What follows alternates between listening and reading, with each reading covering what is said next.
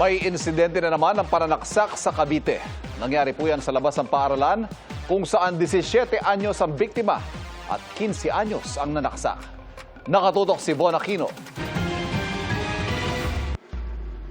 Mag-aalas 6 ng gabi kahapon nang saksakin sa tiyan ang 17 taong gulang na grade 8 student ng kapwa estudyante sa Silang Cavite.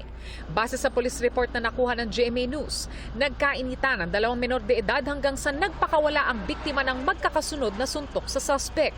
Bilang ganti, bumunot ang suspect ng patalim na siyang ginamit panaksak sa biktima. Yung suspect po is naglalakad lang, tapos yung biktima po is sinuntok niya yung suspect. Pinagsuntok niya po, tapos yung suspect po gumante. Yung pala ay may hawak ng patalim. Yun po yung nangyari.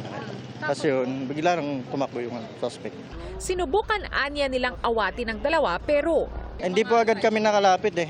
Kasi ang bilis nga po ng pangyayari. Pagsaksak, sabay takbo na po. Ayon sa mga otoridad at nakasaksi, dito sa bahaging ito ng P. Montoya Street naganap ang pag-aaway ng 2 estudyante na nauwi sa pananaksak. Ito ay di kalayuan sa kanilang paaralan at tapat lamang nitong kanilang public market. Kaya naman may mga tumulong sa bata na madala agad sa ospital. nakalabas na sa ospital ngayong araw ang biktima. Kwento niya, nakaalitan niya ang kabarkada ng suspect. Wala naman po kami pinagtatulungan na parang nakisali lang po siya sa away namin ng tropa niya po. Yung pinagbantaan niya po ako, nasasaksakin niya po ako. Bago pong pangyayari na to, nagsabi na po siya sa akin ng 1 linggo na sasaksakin daw po siya. Ang sabi ko naman, hindi naman siguro yun. Kasi magkaklase naman sila ng 7. Hindi ko po talaga na totohanin po ng batang yun. Grade 7 pa lang daw sila, binubuli na siya ng suspect at mga kabarkada nito.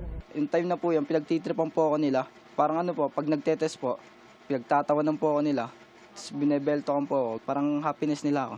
Nahuli ng mga barangay tanod ang 15 taong gulang na suspect. Sabi niya nabubuli daw siya. Sabi ko nga, ba't di ka nagsumbong sa ina mo? Sabi niya, sinasabi niya raw sa nanay niya. Pero nung tinanong ko naman kagabi yung ina, sabi niya wala raw sinabi yung estudyante. Dahil umano sa pakiusap ng ina ng suspect, hindi na planong maghabla ng ina ng biktima. Naawa naman po ako sa nanay. Naawa din po ako sa anak niya. Nanginginig po siya. Ang sabi niya, ate, pasensya na po. Sabi ko, wag mo nang uulitin.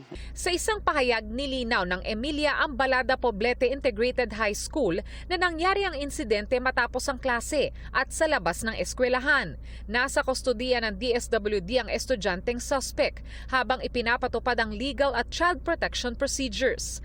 Ayon sa paaralan, prioridad nila ang kaligtasan at kapakanan ng kanilang mga mag-aaral at mahigpit nilang ipinapatupad ang school safety plan, kabilang ang zero tolerance policy laban sa karahasan, pambubuli at iba pang makakapagpahamak sa mga estudyante. Sinisika pa naming makuna ng pahayag ang Department of Education. Von Aquino, Nakatutok, 24 Oras. Bukod po sa mga mall at tindahan, mahigpit ding binabantayan ng Department of Trade and Industry ang mga online seller ng mga appliance. Obligado po sila ipakita ang mga palatandaang ligtas at dumaan sa pagsusuri ang mga produkto. Nakatutok si Bernadette Reyes.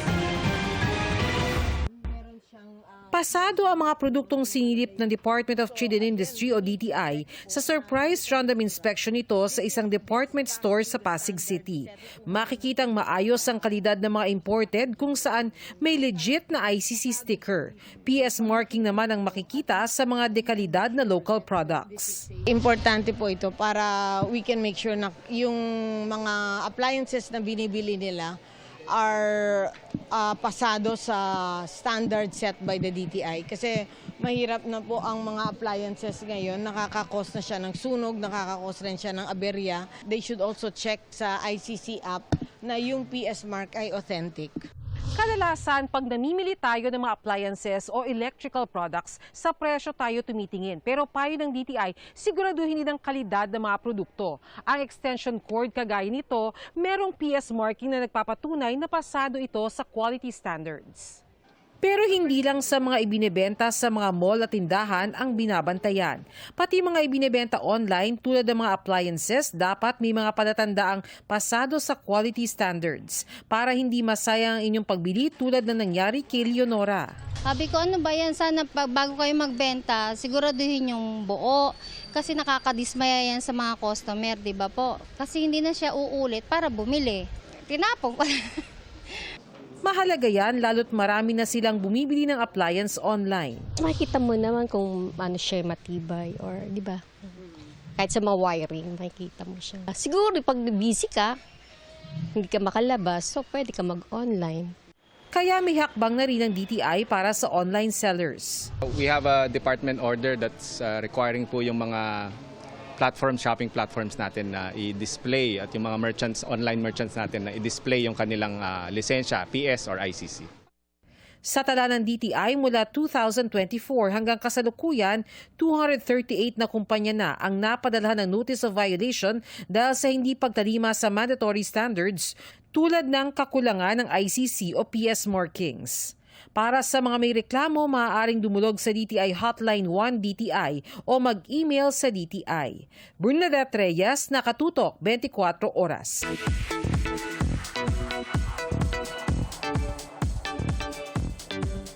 Business plus show business. Magiging busy sa mga yan si Jenilyn Mercado. Ang anak naman nila ni Dennis Trillo na si Calix Ho nagsalita na matapos masangkot sa aksidente kamakailan.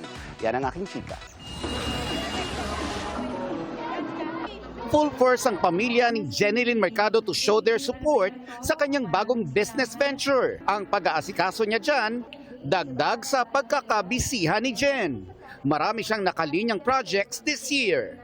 Abangan nila, meron akong guesting sa isang show. Secret, basta panoorin na lang nila.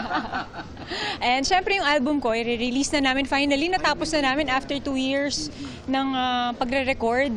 Ilo-launch na namin yung album at hopefully may pelikula sana this year. Busy naman ngayon ang kanyang mister na si Dennis Trillo sa taping ng Hari ng Tondo kung saan kasama niya si Ruru Madrid. Nakapag-taping na kami ng mga nakailang taping days na ako sa taping. Was it working with Ruru?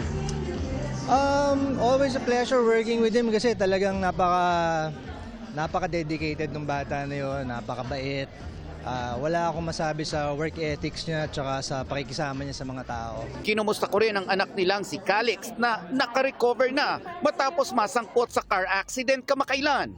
Dahil sa bandang kamay ang naging injury niya, nakaapekto kaya ito sa kanyang sports na fencing. I've been back to training since last week po and I've been feeling better. I've been feeling really much better. I had a cast lang po. Tapos I chose the conservative way na lang po kasi I really didn't want to have surgery on it talaga. Nagka-trauma ka sa driving?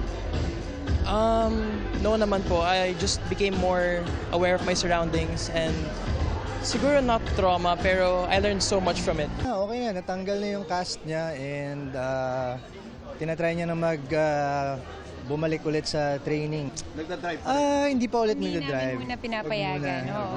Pahinga muna sa driving. Total may drivers naman.